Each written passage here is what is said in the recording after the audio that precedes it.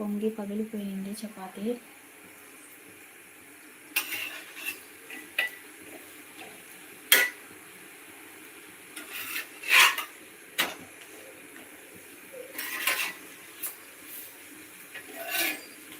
చూడండి మనకు చపాతీ అదేవిధంగా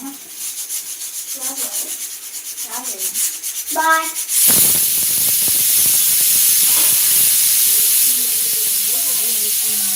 ముల్లంగి కర్రీ స్మెల్ అయితే అద్దరిపోతుందండి. చాలా బాగుంది స్మెల్ అయితే. అసలు ముల్లంగి స్మెల్ రావట్లేదు. ఒక మనకు నాన్ వెజ్ కర్రీ చేస్తే ఎలాంటి స్మెల్ వస్తుందో అలాంటి స్మెల్ అయితే వస్తుంది. నేను